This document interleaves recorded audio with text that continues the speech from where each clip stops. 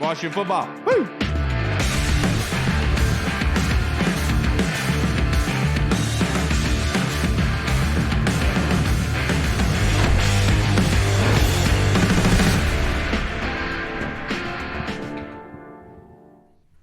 Hello, everybody, and welcome to the Burgundy Zone.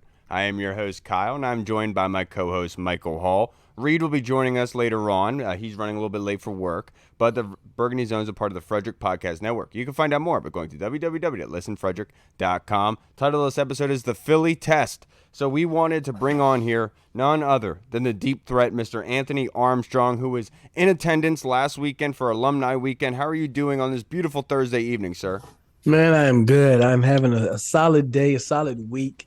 Everything's been good, man. You know, when you're moving in the right direction, you kind of see the little winks and the nods as you go along, and I feel like I'm in that moment right now. There we go. That's good news to hear, Anthony. That means something's coming down the pipeline. I'm really excited to hear that. But speaking of, last weekend you were at Alumni Weekend. We talked to Lorenzo Alexander last week on Thursday, who said he was really excited to be able to see you and the rest of the guys. So talk about that weekend. What was the feeling like?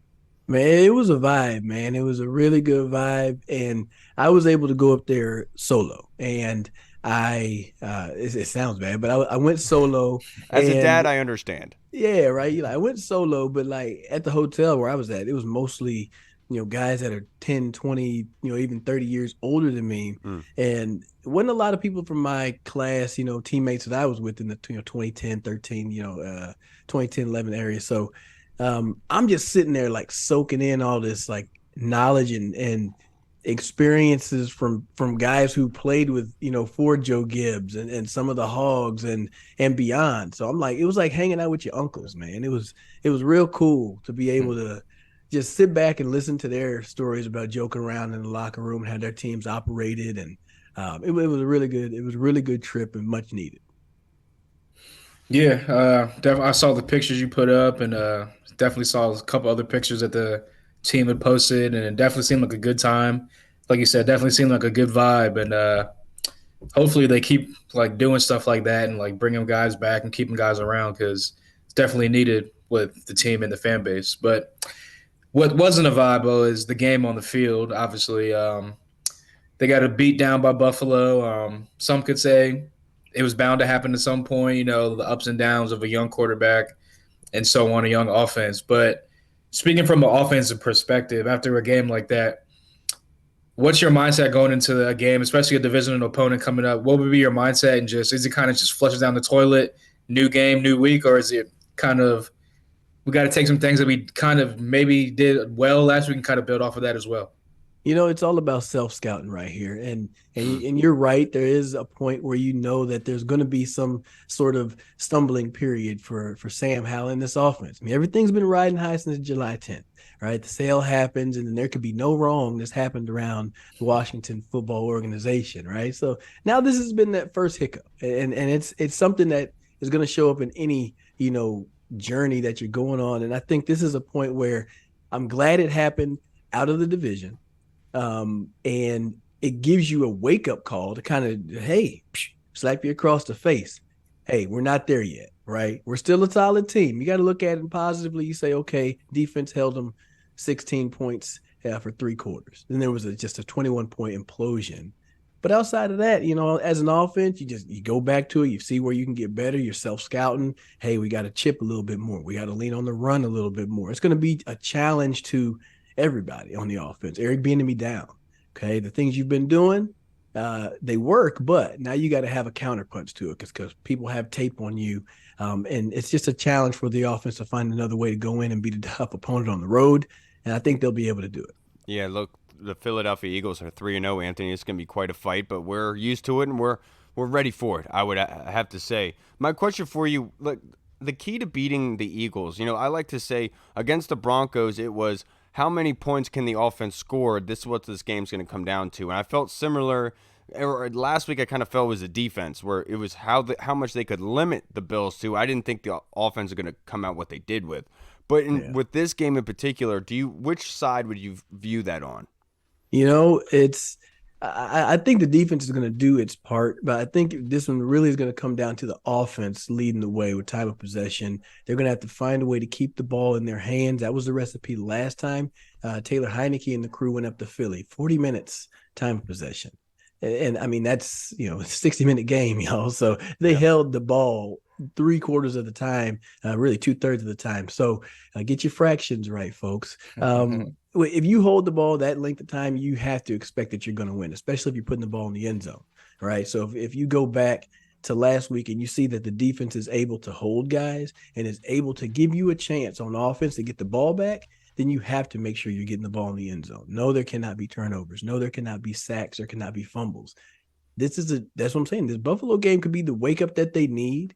Eric Bieniemy to turn that heat up just a little bit more on the stove, because you get a little comfortable. He's talked this same talk for this, all over the summer. Now you got to turn up a little bit more. I need you to really be accountable to yourself.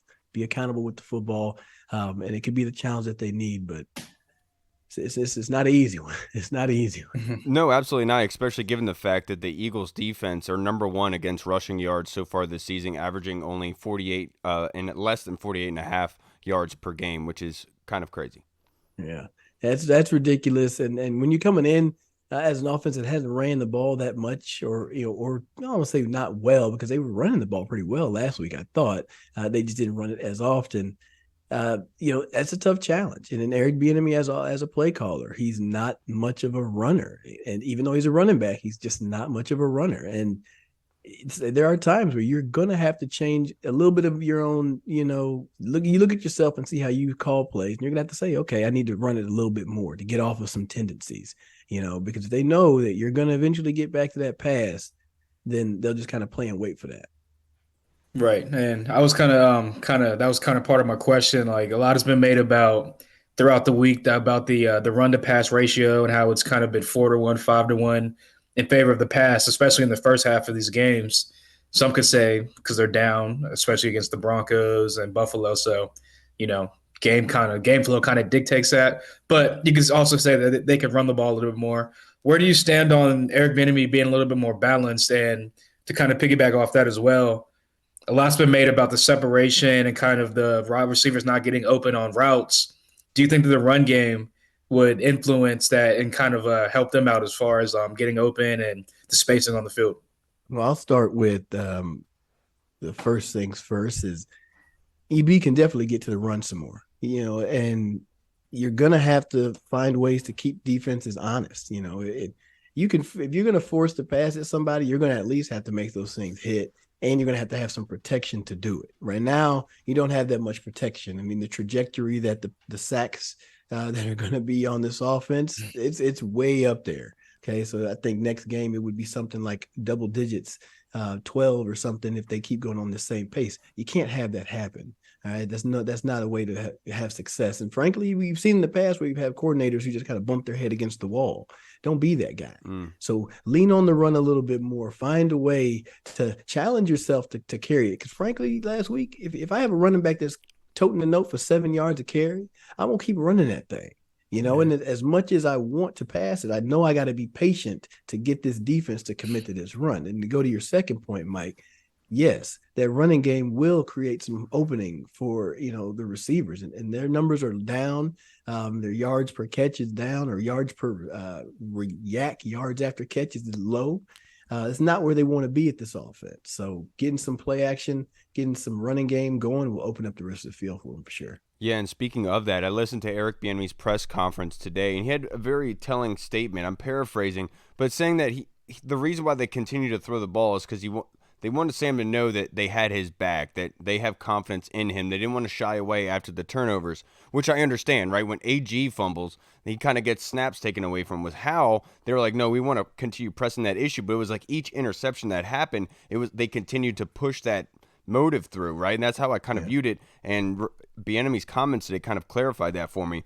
But that being said, Sam Howell, give us a status update on him. A lot of people are crying. A lot of people are saying that Sam Howell should be benched. I haven't seen anybody actually say it. I've just seen a lot of people complain about it.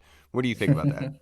There's no reason to bench this guy, right? You're on number 4. Start number 4. He hasn't seen everything in this league, and he's going to see more as it goes along. But the only way that he's going to get better is to get more reps. He has to be on the field, seeing this stuff live and in living color. I do stand behind what EB's saying by giving your guy some confidence, because you saw it against Buffalo. He threw the pick, they put him right back on the field. He drove him down, they got points. Okay, I don't think a couple of those interceptions were his fault for sure against Buffalo. A couple of them, or one of them, I would say was probably he got affected by a pass rusher. So should you run it a few more times? I would definitely say yeah, to get something going. And I think in that game it was kind of that. But Yeah. I don't have any problem with him saying I stand behind my guy and I'm going to let him throw the ball because that's what he does best. But growth as a person, growth as a coordinator says, hey Sam, I got faith in you, but we're gonna run it first, second, and third down right here because B Rob is cooking. Okay, don't even trip. You're about to get a play action on the fourth play, but we got to run it right now to get things rolling. Yeah, and to your point, the Eagles defense is ranked 25th in the NFL right now, giving up on average 261 yards per game. Right. And all right, flipping to the other side of the ball, the defense. I feel like they had that bend but don't break mentality against Buffalo, where they were giving up yards, they were giving up third downs, conversions, but at the end of the day, they were giving up field goals, like you mentioned earlier. 16-point game going into the fourth quarter. If you tell me that before the game starts, hey, Buffalo's only has 16 points going into the fourth quarter, I'm thinking to myself, okay, well, you probably got a shot going into that fourth quarter. Right. Yeah. But obviously the offense, did what they did. But the defensive side of the ball has been giving up the rushing game has been I think they're ranked 22nd in the NFL right now, 24th, giving up 120 something yards a game. Then you got Philly coming in here, who's DeAndre Swift has gone for like 300 yards or something like crazy like that the past 2 weeks. They're second in the NFL right now in rushing yards. Yeah. So obviously their offense is well rounded. If you're the defense in Jack Del Rio, are you going to be committed to stop the run and you're going to make Jalen Hurts beat you with Devontae Smith and A.J. Brown, Dallas Goedert, and those guys? Or are you just don't let them pass the ball on you and just try to do what you can in the run game against that offense? This is one hell of a matchup, especially like with those statistics that you shared, because the biggest thing is time of possession, and right. You don't want them to just continually be in third and short and then push 2 yards and then rinse and repeat. That is going to be like pulling teeth without Novocaine. It's just going to suck, okay, for the entirety of this game. And you're going to have to take your shots. You're going to have to force Philly to be one-dimensional, okay? And that one dimension would be, frankly, throwing the ball, okay? If you can keep them from maybe getting 5 yards down to maybe like 2 yards a carry, where they have a 3rd and 6, where they have to decide maybe we got to throw this thing, put them in that situation. And it's not disrespect to Jalen Hurts and that whole pass and offense. It's just saying we're not going to let you push 1,000 pounds of human flesh across a first down marker. All right. And you're going to trust in your guys, Kendall Fuller, who's been having an awesome season to start the year. Line him up across a Devontae Smith. All right. Or put a Forbes across a Devontae Smith. Let a Benjamin St. Juste try to battle with a physical, A.J. Brown on a slant route, because that's what he's going to run on third down. And then, say we're going to have to make a play on the ball, because frankly, if you let these guys stay ahead of the chains, it'll be a long, annoying day. And that bend but don't break mentality, it's frustrating at times. But like you said, 16-0 against a team that's on the cusp of going to a Super Bowl. I mean, I'll take that at the end of 3, because we all know it could have easily been quickly, a 14-10, a 10-3, a 10-7 at some point, and we're just two plays away. And same thing against Philly. If you keep these guys, hey, how about this? If they do go play action, just make the tackle. You got to make the tackle. Just make it difficult on them. That's the way you've been playing defense all year. And it'll be the best thing you got going. Yeah, and now, Anthony, to wrap this up, I only have a couple more questions for you. But the wide receivers have not been heavily targeted. Last game, Cole Turner was the highest targeted wide receiver on the team with 7. In week 1, Logan Thomas was the most targeted receiver. Terry was obviously in week 2. But as a former wide receiver for the Redskins in the NFL, like you weren't the number one draft pick guy. You worked your ass off to get to the opportunity. You wouldn't be pissed off, with this sort of breath. But with Jahan, with Terry, that kind of frustration, what do you do as a wide receiver? Like, what would you say to them in order to get across the finish line here? You just have to stay patient with it and keep talking to your coordinator, keep talking to your quarterback too. Not in a way to just say, hey, throw me the rock, but just everybody getting on the same page saying, hey, you see I'm open, because somebody showed a play on You bring X. a bag of Snickers in, you give it to Sam Yeah. Howell. You say, what's up, man? I'm here. Yeah, buy yourself a couple extra targets, but you watch tape together. Okay, watch tape together. Say, hey, Sam, what are you seeing here? There was somebody posted a play on X where I think Sam went to Cole Turner in the red zone, and there was a wide receiver standing right on the goal line. Yeah, it was Jahan on the goal line. Jahan had nobody within 5 yards of him in any direction. Easy touchdown. All right. Now, some of that comes from the fact of when you run a play in practice, sometimes you really only throw it to one person, and you only get one time to run this play. So, for me thinking now you got to think next level of saying, if I didn't go here, what's here? When I watch the tape, what's here? So it just, like I said, more reps. They'll run that play this week, and maybe they'll have a better look and understanding of, hey, the numbers over here say pay attention to Jahan rather than throwing it to the tight end in the red zone. Agree with you. Next question. A lot of people are complaining about the offensive line, and rightfully so. We talked about the possible progression of their sack total. I thought it was like over 100, which would be historic. If they get 106 or something, if they keep on this pace. Absolutely horrendous, and obviously they're going to correct that. But that being said, a lot of people have said those sacks are not all on the offensive line. But currently, right now, where we are, it is 0 out of 10. What is your concern level with the offensive line? Well, I mean, when you came into the season with it being a pretty high concern, it doesn't really go up too much more than that. But it's really one of those things where it's like, hey, you're going against a team who has a freaking lawnmower of a front seven that's just got blades spinning, and you're looking like a fresh lawn that's ready to get mowed. Okay. So if you show up to this game without showing some sort of change to your game plan of how you're going to address it, then you really dropped the ball. Like, I mean, I call it what it is. Like, you got to be able to say, hey, give me a tight end to chip over here. Like, every play, somebody's got to get chipped, bumped. As a running back leaves the backfield, a lot of times they say don't leave until you hit color. Okay, on your way out, just chip somebody, help that tackle. And if the tackle knows they have some help, they can stay a little bit heavier inside. And they know that back is going to chip them back onto them so they can get square with them. That's the type of things I got to see. I don't need to worry so much about Brian Robinson and AG running free routes out of the backfield, because right now the first things first is you got to secure the front line. And you got to make sure your quarterback has a chance to throw the ball. He's talented when he does.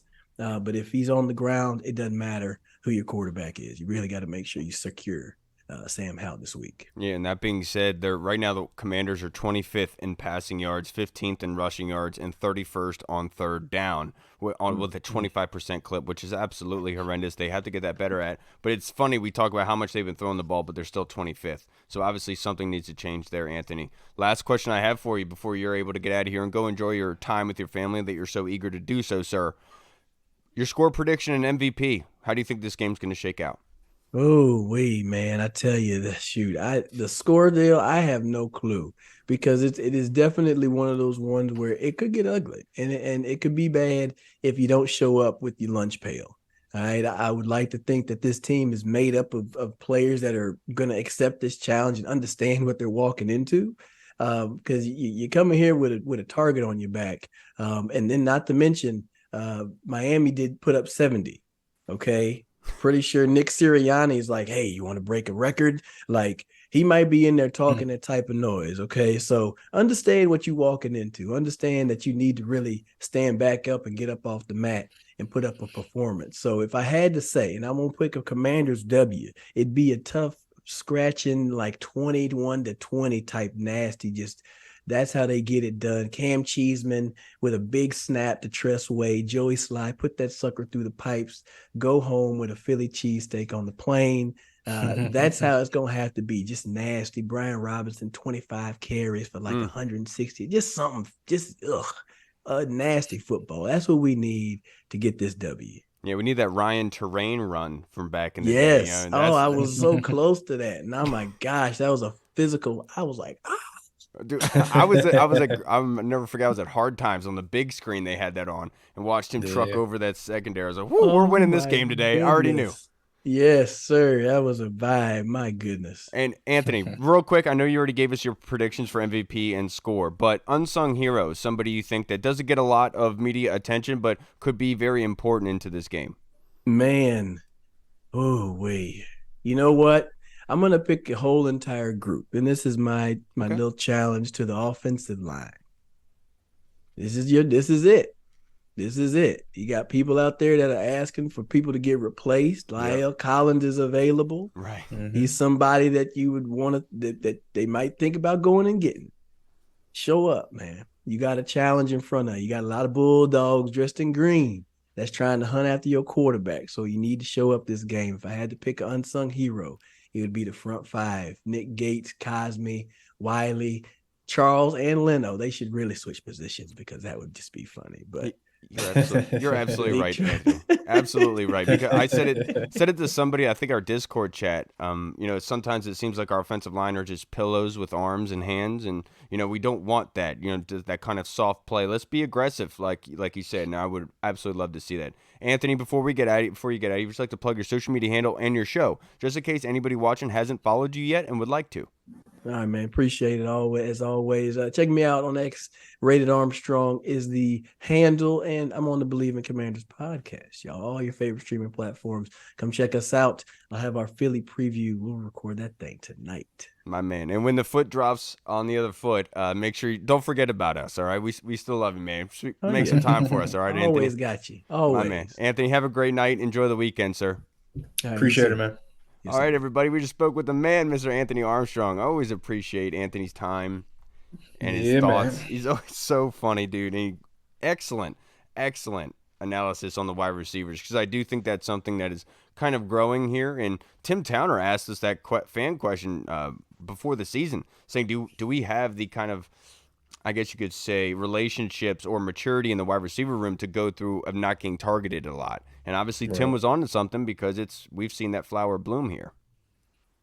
Yeah, I mean, it's wild because you looked at to that point, all the Vegas odds makers, they had Terry's yards for the season like under 1,000, where he's gotten 1,000 yards the past 3 seasons.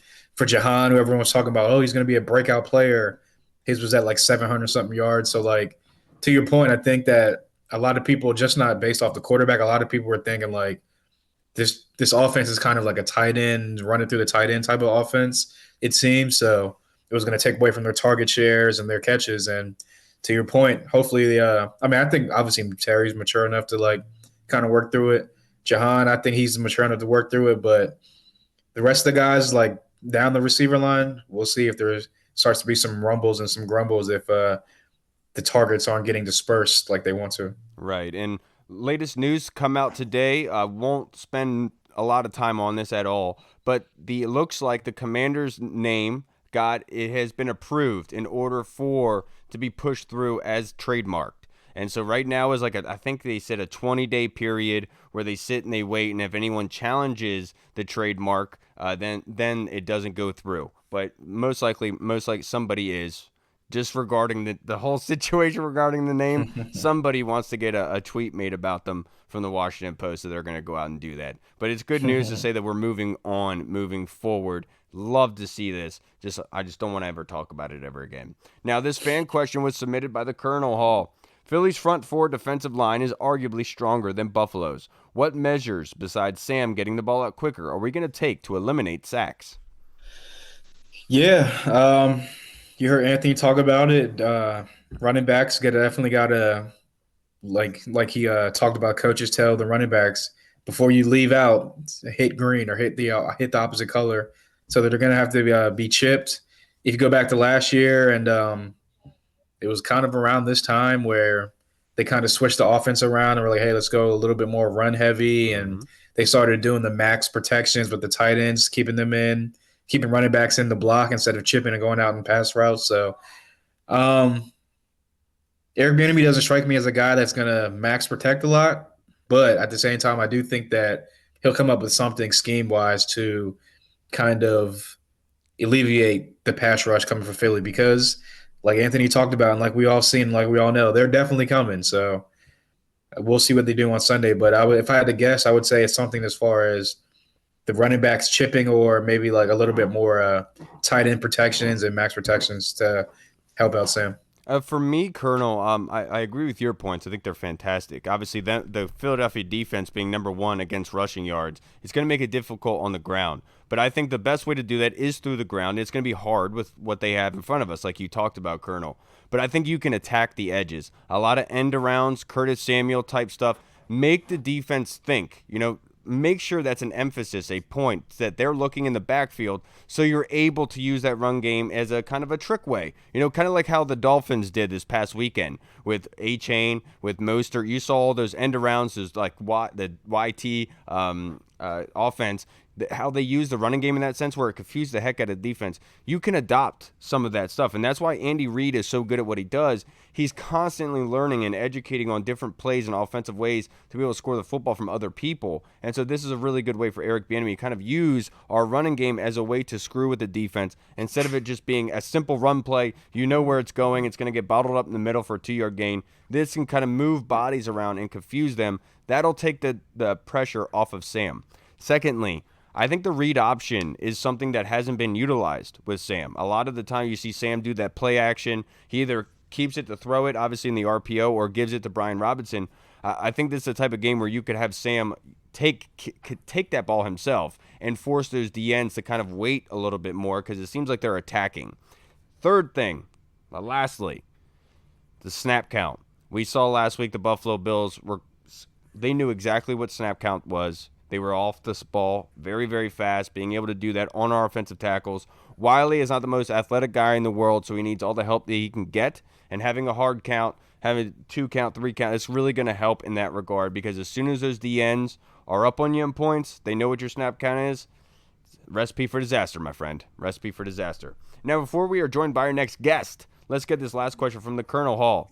Since drafted, AG has lost 8 fumbles. 7 of those fumbles have been in the red zone. Are his problems fixable, or is he in his last year as a Commander? Well, to answer the second question first, Hurt.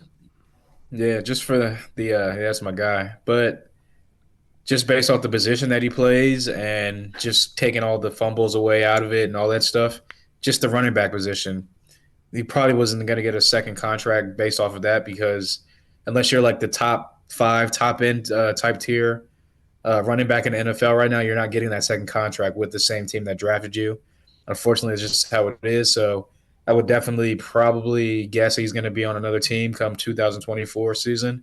But as far as this year, I would say it's correctable because if you go back to, obviously he had the problem in 2021, go back to last year, I think he only had 2 fumbles, may have lost 1 or something like that. Last year, he had 0. Yeah. Yeah, he fumbled, but he lost 0. So Yep. he had like 2 fumbles, but he lost 0 or something like that. So obviously he kind of corrected it last year. So it's just about being what's it called?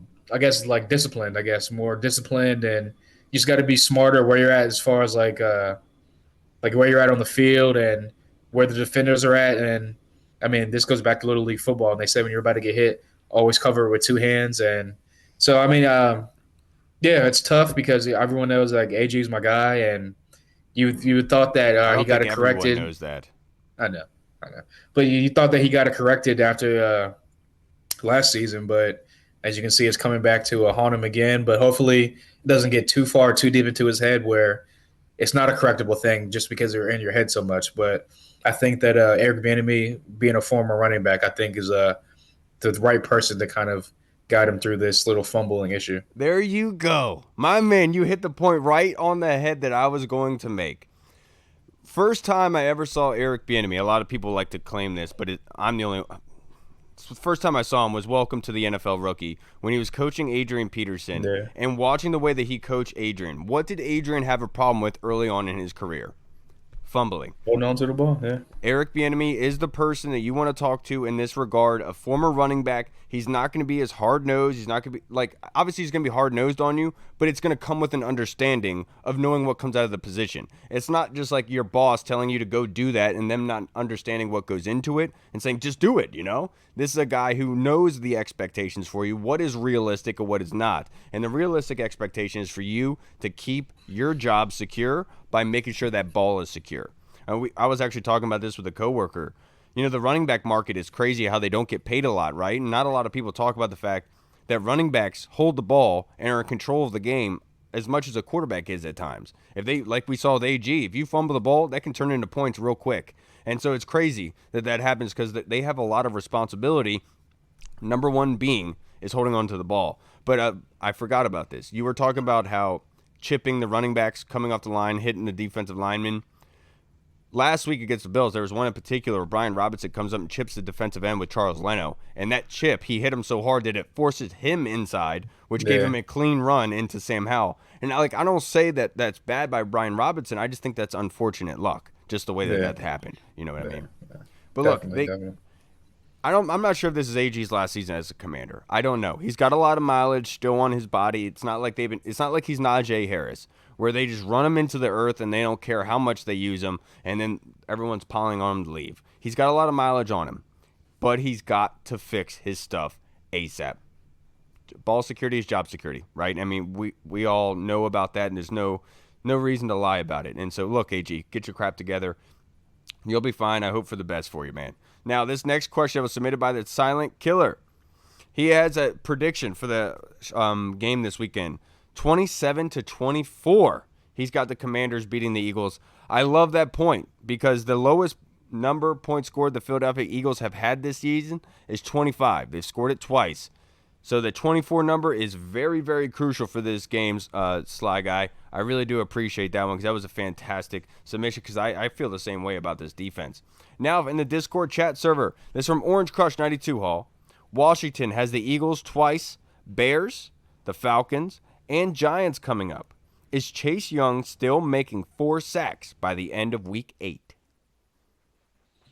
Ooh, what is he at? 1.5 right now? So that's 2.5. So before the season, OC was saying that he needs to see Chase Young get 4 sacks by Week 8 for him to get to stay here, to not get traded. Is what he said. Yeah. 2.5 in the next 4 games.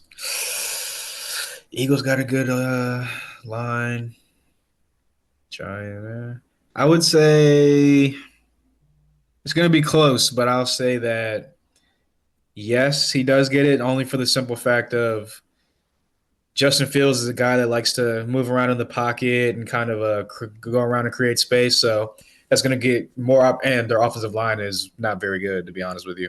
But that's going to create more opportunities for if they come up, if like Deron Payne and Jonathan Allen push the middle, he's going to try to bounce outside the pocket. He's going to try to run around, scramble. That creates more opportunities to get your sack totals up for the defensive lineman. So I'll say yes by a slim margin. I will say he gets exactly 4 by Week 8. You think? I do think it's possible that he gets over that 8 mark. I like 8.5, not 8, 4.5 could be that point. The 2 games I'm looking at is Giants and Bears. Obviously, the Bears' offensive line is doing better than what is like commonly publicly like thought of in regards to them. I do think they're better than that, but that's probably the best chances where Chase is able to do that. But I will say this. I wouldn't be surprised if Chase does have a great game this weekend against the Eagles. Jalen Hurts liking to move around. They do that RPO. Chase is very smart. He's super aware right now. What I saw in that Denver game, him having a guy in his ear hole, seeing that motion come in, swiping that block away, staying outside to nullify a screen, it kind of shows that awareness and smarts. And so with an Eagles offense that loves to do the RPO type stuff, I think Chase Young could force himself into a sack by, isolating Jalen Hurts on one of those plays. And I think Chase has the ability to do it. The big question is, can he continue to play within the scheme? And I think that sometimes they all are getting out of what they're supposed to do. And if they all do the horseshoe, if they could control that pocket, I think that Chase Young could easily get that 4 sacks by Week 8, without a doubt. Now the next question, Discord chat from Yam Sensei, all the way in Japan. Thank you, Yam.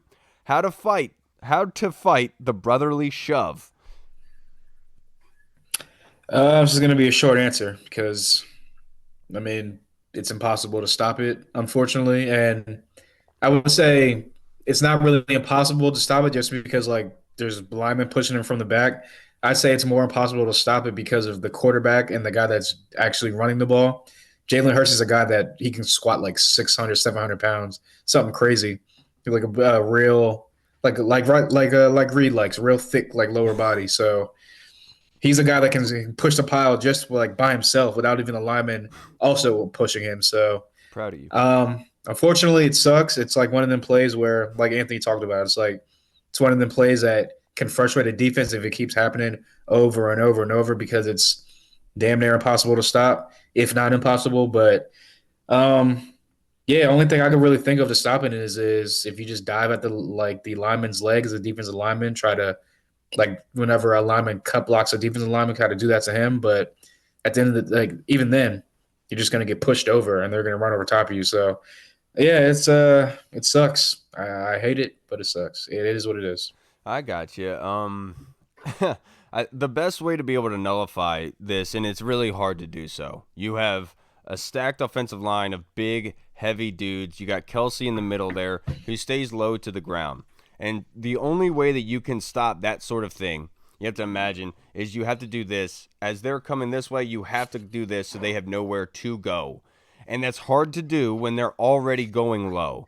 And so the only point is to make a V. You literally have to dive at their feet to be able to clog all that up so Jalen Hurts doesn't have a place to go to. And then he goes high, smack the ball out of his hands or hit him in the ribs. Not to hurt him, but, just to knock him back a little bit. I don't work for Barstool. I'm not that guy wishing injuries on Jalen Hurts or anything. I was gonna say Chris Sims said just smack him in the head, but honestly, the only way to stop it, if I'm being like honest, the only way to stop that and prevent that from happening is to keep them out of third and short, fourth and short type of situations or goal line type of situations. That's the obvious. Yeah, I know that's my point though. Like that's literally the only way you can stop it is you got to keep them out of that situation.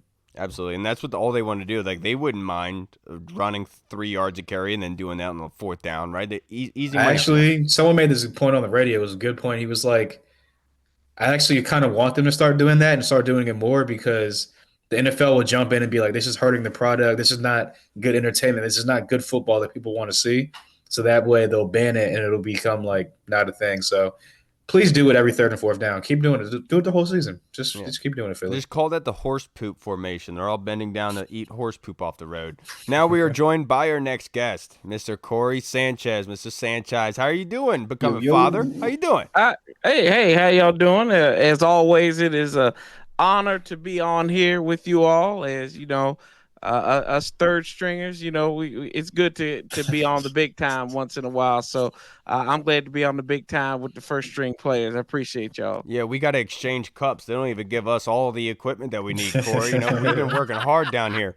But I was gonna say we're the replacement players, man. We're right there with you. I don't know about that.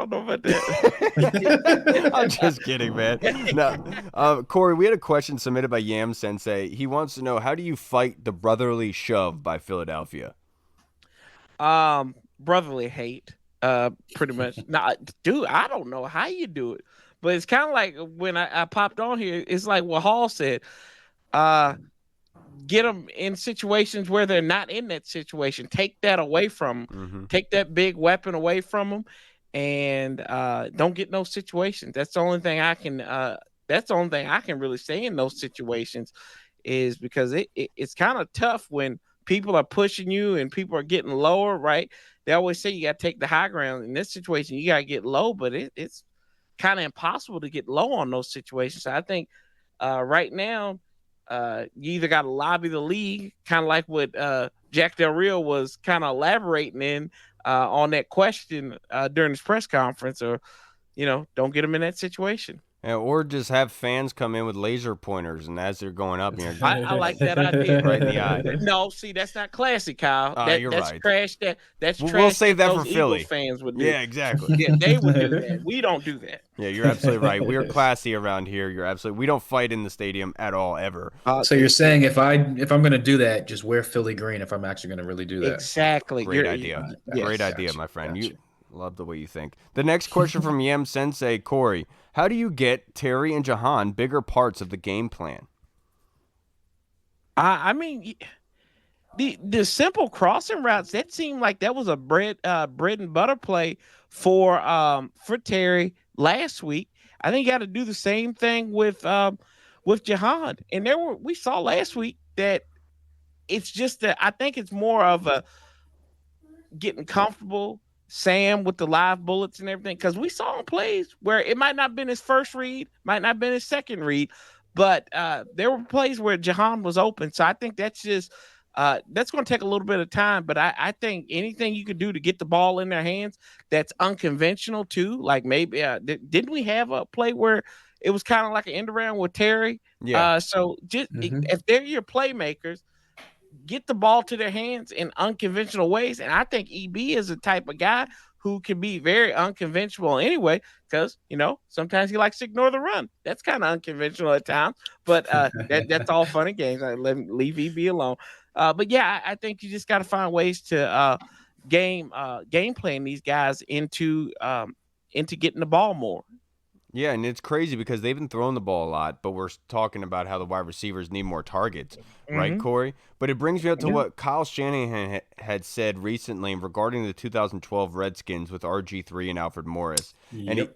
And he talked about how that rushing game was so good that defenses had to give their responsibility to the run gaps because they were so scared of the run. So they knew where these guys had to be in the pre-snap, and that made it easy for them to get the throwing windows because they knew where they would be. And so that being said, the best way to be able to get these guys guaranteed targets is by running the ball sustainably, being good in that sense. Last week, I will say this, I'm probably wrong about it, but it seemed like Sam was favoring the right side a lot. And when he did look left, he hit Curtis Long. And that was a beautiful, beautiful freaking football. Looked like he missed Jahan a little bit. And so I would like to see those guys moving around a little bit more, I would say. But honestly, dude, let's just go with the game plan. And I understand why EB is calling the offense that he is. But with the Eagles being 25th in passing yards on defense, there's no reason to go after them, to attack them. If Jahan is not going to be seeing 5+ targets a game, then you have to make sure he's getting that one catch for 70 yards and a touchdown. Making sure it's a huge play to Jahan, not just a 5-yard if you are going to throw him the football, because he's a weapon. And we talked about in the offseason, getting the ball in the playmakers' hands, letting them go with it, and I understand that. And we've gone against some really good tackling defenses so far. But hopefully this weekend that changes. Yeah, I think it's partly on the wide receivers as well, not just like EB scheming them open, and but I think it's in more of like their routes as well, and like their spacing in the routes. And again, a lot has been made about the separation and the yards after the catch. But if you really like looked at the first 3 games of the season so far, there hasn't been a lot of there hasn't been a lot of yards after the catch, and that has to do with the guys getting set off their separation and separating from the cornerbacks and whatnot. So I would say that, like Corey said, unconventional ways as far as like jet sweeps, some misdirection stuff, maybe a reverse or two. I would say some screens, some quick screens, some tunnel screens, get them out, get the lineman out in space, head hunting out there, like let them have a little bit of fun on a smaller guy like a cornerback or a safety coming up in the run game. So, yeah, and then like you said, that was going to be my biggest point is the play action game. Like you don't have to commit to the run and go 2-1 or 3 or 4-1 run game, like maybe this game, because like Philly obviously is going to be a ball control type of game, but overall you don't have to really like go heavy with the run, but just mix it enough to where, like you said, to the point where they're going to have to respect it enough where guys got to stay in their run gap lanes, or they're looking in the backfield like, oh, is he really handing the ball off? And then boom, pop it over with the RPO right over their shoulder, or you already know where the like you said, where the spaces are at, where the gaps are at, where the holes are at in the zone, as far as like, hey, play action, bam. The linebacker's going to move this way because of he got to control the A gap. Right. Boom, I can hit a little quick slant or whatever. So hopefully they can do that this week, moving forward. But to me, I want to see a lot of like crossing routes too, because I know Philly does with Bradbury and Slay.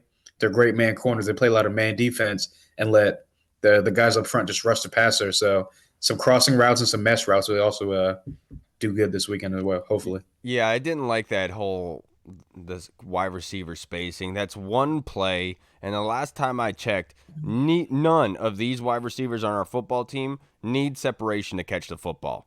Just going to be perfectly honest with you there. They have all shown the But it also, propensity yeah, to make difficult that's catches. only one play, but there's been a lot of plays where like the spacing hasn't been like not very like not like Scott Turnerish where there's like a lot of people, but if you look at the how can I say it? So a lot of the all 22s Bird's when eye you view. like the bird's eye view, whenever you like freeze it and Sam's hitting his drop, maybe it's a timing thing, I don't know, but that goes back to the receivers getting off the cornerback and kind of creating a little bit more separation. Because whenever Sam's hitting his drop, if you look at the all 22 in the bird's eye view, guys are still kind of in their routes. They're not in their breaks yet. They're getting held up still by the cornerback at the 5 yard like bump and run type of thing. So I think it's a timing thing. They haven't worked together for it's only been 3 games into the season plus a little bit of preseason. So hopefully they get it corrected. Yeah, now, Corey, this next question is submitted by Tim Towner in our Discord chat server.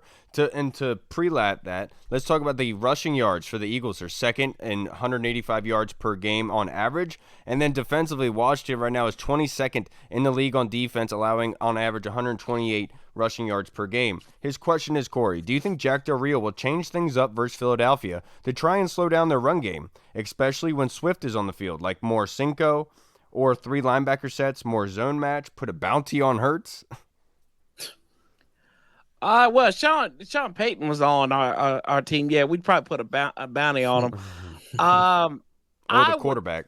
Yeah, there you go. Yeah, make him Hurts, right? The one thing with Jack that is good and bad is that he sticks to what he knows. I thought we saw the very bad of that last week, right? But we've seen a lot of good when Jack sticks to what Jack knows, right? Ironically enough, a Monday night in Philadelphia back in 2022, that Jack stuck to what he knew and everything. And that's, trusting your guys. And I would like to see more different packages, maybe give them different looks. But it's family business, so they're very familiar to what you're going to do already. So not much surprising. So you got to match them up strength to strength, and I think Jack will do that. I think this left the nasty taste in everybody's mouth, so they know they got to go out there.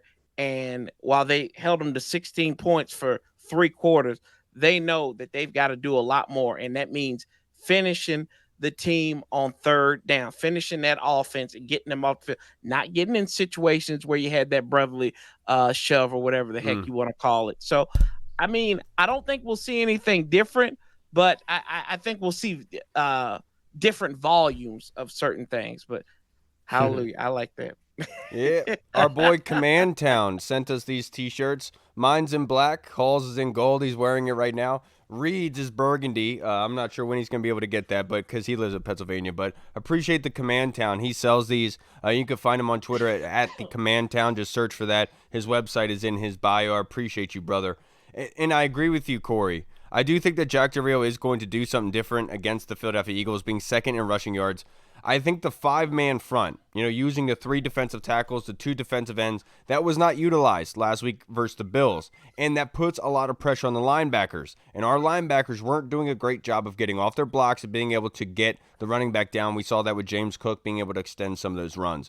So what I expect Jack Del Rio to do is do heavy 5-man front for this game. A lot of our pressure comes from that, clog up that middle, and I talked about that horseshoe of Jalen Hurts. That 5-man front will be able to provide all of that for you and being able to get after the passer, constrict him to that pocket, but also giving you the confidence that against a run play, they're not going to get that many yards because your 5 boys up front, I know they have a good offensive line, but they're hard to move out of the way, and that's going to give you a better chance to be able to do so. It's a great question, Tim. What do you think, Hall? Yeah, I think that like you said, I think he's going to rely on what he knows, and what he knows is the guys up front, the horses for this defense, are going to have to be the ones that are going to have to come out, and they're going to have to do what they do best, and that's get to the quarterback. I think they are going to use the 5-man front just like based off the run, yes, and also you get 5 men up front against 5 of their linemen, someone's going to have to win their one-on-ones, and I think that's what Jack Del Rio is going to rely on the most. is guys being able to beat their guy in front of you one-on-one, get to Jalen Hurts, get to DeAndre Swift in the backfield, and limit them to those first down or the first down plays where they get 4 or 5 yards of carry, and where they get to second and manageable and third and short, because that's when they really hurt you. They really gas you when they're ahead of the chains, ahead of the sticks constantly. So I think that they're going to be relying on, like I said, the 5-man front. Jamin Davis is going to kind of play that sideline to sideline kind of a middle of the field spy on Jalen Hurts. And it's going to be up to the guys in the back end to hold up against Devontae Smith and A.J. Brown long enough to where they can actually get to Jalen Hurts and disrupt him a little bit. Yeah, against the Broncos, Jack Del Rio had Jamin actually come down to the line and stand as an edge rusher, even though with their 2 defensive ends, 2 defensive tackles, almost mimicking a 5-man front, and actually was very productive in a sense, you could say. But let's wrap up this episode, boys, by giving our predictions. Corey, please tell me some good news, and let's do MVP as well. Well, the MVP will be Brian Robinson if they know what's good for him, right? Luke Cage, I said last time around when we played Philadelphia, that not much can stop Luke Cage, and Philadelphia thought their defense was going to stop him. That ain't happening. So if we're going to win this game, it's going to be physical, ugly NFC East football, smash mouth, hitting them boys in the mouth. Staying on the field and keeping the defense off the field there, and kind of what you all alluded to, is getting pressure to Jalen Hurts. Now, your half a second is different between Josh Dobbs and Jalen Hurts, so you got to be a little bit quicker on your get off. Like when we saw them play against Arizona, it's just like it seems like and we saw Monday night he can make havoc. That's the key. 2 key places, the keys on that scoring drive that they had. So you got to make sure you finish there, and you got to set the edge with them. So with that being said, I think we do take care of family business because we've had a decent record of play over the last 3 years in Philadelphia. Yep. The only game that was really bad was that COVID game, but we've won twice out of the last 3 times there. I don't think much changes here. I think we do get them. I think it'll be a close game. I think it'll be high scoring because everybody's got the mouthwash ready. And we took that brown liquor flavored Listerine to the mouth last weekend against Buffalo, and we spit it out. Now we went to grandma's toothpaste. We win 24-21. Give me the Burgundy and gold. Oh man, dude, I know exactly what you're talking about. I have a horrible. Oh yeah, story man, about that's that the too. motor oil one. Yeah, oof, that's bad. I love your prediction because the title of this episode is the Philly test, and this is a gigantic test for this football team in their bounce back from the Bills game. On offense, in the red zone conversion percentage, they're 21st. In third down percentage, they're 31st on offense for the Commanders. On defense for the Eagles, they're in red zone. They are 26th, giving up a touchdown on 70% of the opportunities for our opposing offense in the red zone. On third down, they're 25th, giving up 45%. So we're going to see with this offense, given with those statistics, other people having success, how good they really can be. Because look, we could talk all day about this and that is what happened last week. We need consistency in that regard, and being second last to league on third down percentage is not a recipe for success for a young quarterback. That has to be fixed this weekend, and you have an opportunity to do so. The hard part is they're first on defense against the run. So how are you going to be able to get it done? It's by spreading the ball out to your playmakers. And I think Logan Thomas is going to be the MVP. I can see maybe a 2-touchdown game from Logan Thomas is able to play. He's been a full participant in practice today. I think he will play, and he is somebody who shows up against Philly. He's a red zone threat, and obviously I talked about our woes already up until this point. I think Logan Thomas gets active down there, and maybe even Cole Turner. Oh, well, I'm not gonna I didn't lie. get my score prediction. Sorry. 31-24. I'm not gonna lie, I was gonna have Logan Thomas as my MVP coming Real? off the injury, but I will pivot. Unfortunately, someone's got to be that guy. I think that Oh, no. it's good. We're gonna keep it close. They're gonna have a bounce back this week. They're not gonna come out flat. They're gonna come out ready to play. Like Corey mentioned, the last couple trips up to the link, we've fared well. We played good, minus the COVID game when we had to bring in a quarterback, Garrett Gilbert, that no one knew, and we had I was trying to think of his name. Yeah, we had like 15 players out for that game. But yeah, I think that Philly goes up early. We battle back late and come the second half, third, fourth quarter, we battle back like we usually done with the adjustments and whatnot at halftime. And I think that Philly gets a late scorer to kind of go up, push it out of range. But I like the effort. I like the fight. I like the bounce back. And I think that we dropped 2-2, still in good shape with Chicago coming to town on Thursday night. Ooh. But I'll say we lose a close one. I'll say was it a total of 44? I'll say we lose a close one, 27-23. I like that because right now the Eagles are 23rd in passing yards in the NFL with less than 200 yards passing per game. And so one of those close games is smart by Vegas for predicting that, to your point. I will say MVP, though, I think that Daron Payne, I think the defensive line takes it personal this week coming off of whatever Josh Allen did where he didn't even touch the ground. His jersey was literally completely white by the time he left. I don't want to hear about the Bills anymore. I'm just saying, man. They take it personally. They get after Jalen Hurts a little bit. And I think that Daron Payne comes through with a sack, a tackle for loss, and possibly a game-changing either fumble recovery or he causes a turnover, I should say. To your point, deflection should be huge for the defensive line in this game. Jalen Hurts, Sam Howell, similar type of style, right? That big offensive line not going to allow you opportunities to tackle Jalen. So get your hands up. Let's get a tip pass. Let's get a turnover here because we know how important that is for this football team.